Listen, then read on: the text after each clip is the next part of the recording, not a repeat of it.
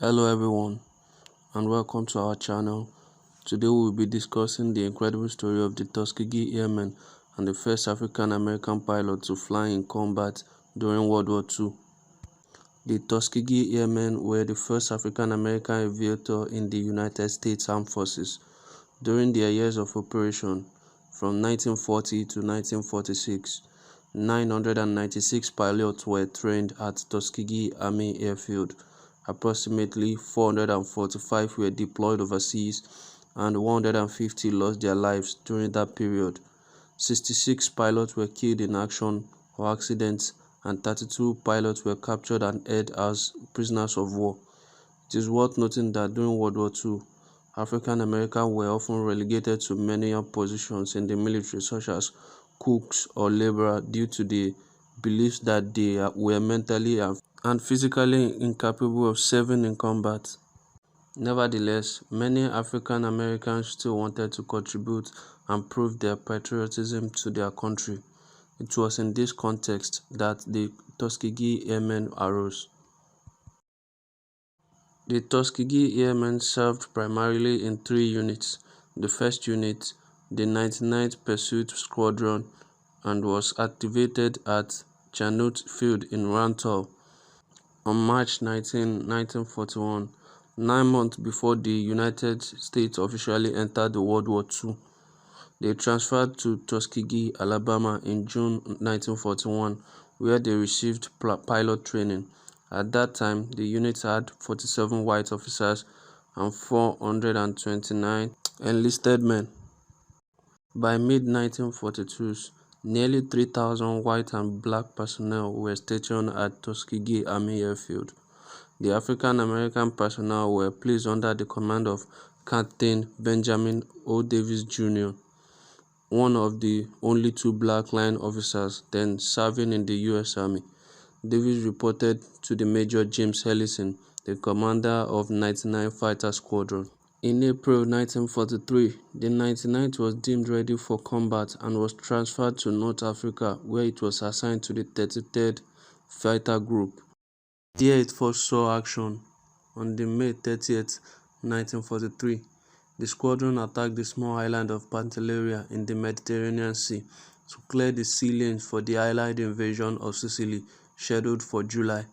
The airstrike led the Italian population on the island to surrender to the Allied forces on June 11th.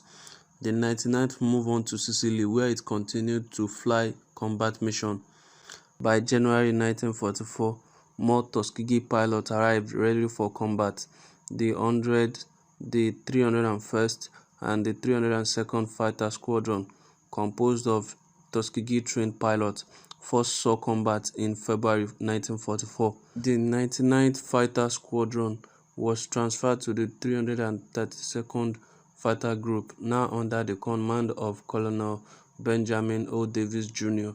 On May 1, 1944, the 332nd Fighter Group, which was initially engaged in dive bombing and strafing mission, was stationed at Ramitelli Airfield on Italy's Adriatic coast, given a new assignment from June 1944 to March 1945.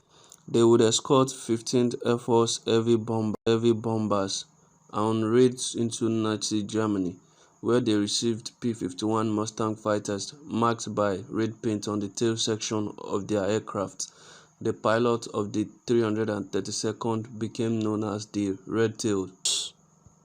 A third group of Tuskegee Airmen were trained in the U.S. to operate the B-25 bombers, although they were organized as the 447th Bombardment Group in 1943.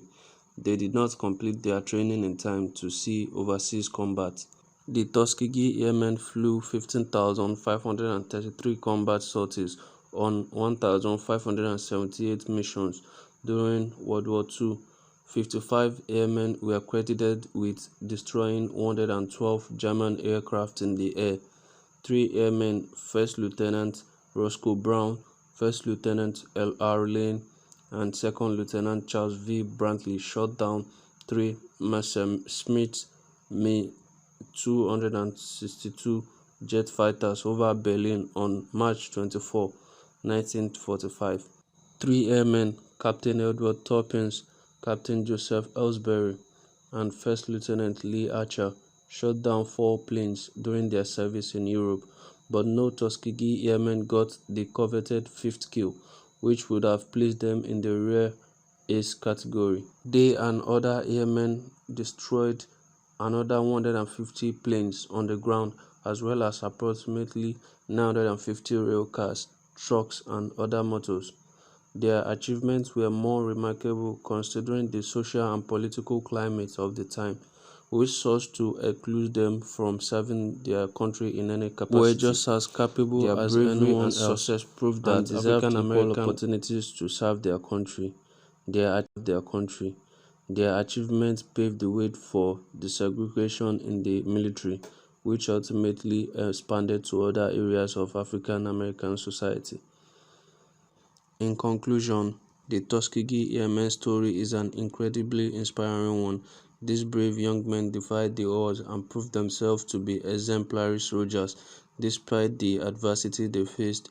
Their legacy represents the resilience and the strength of the African American community, and serve as a reminder that when we fight for what is right, we can make the world a better place. Thanks for watching, and don't forget to subscribe for more engaging and fascinating stories like this.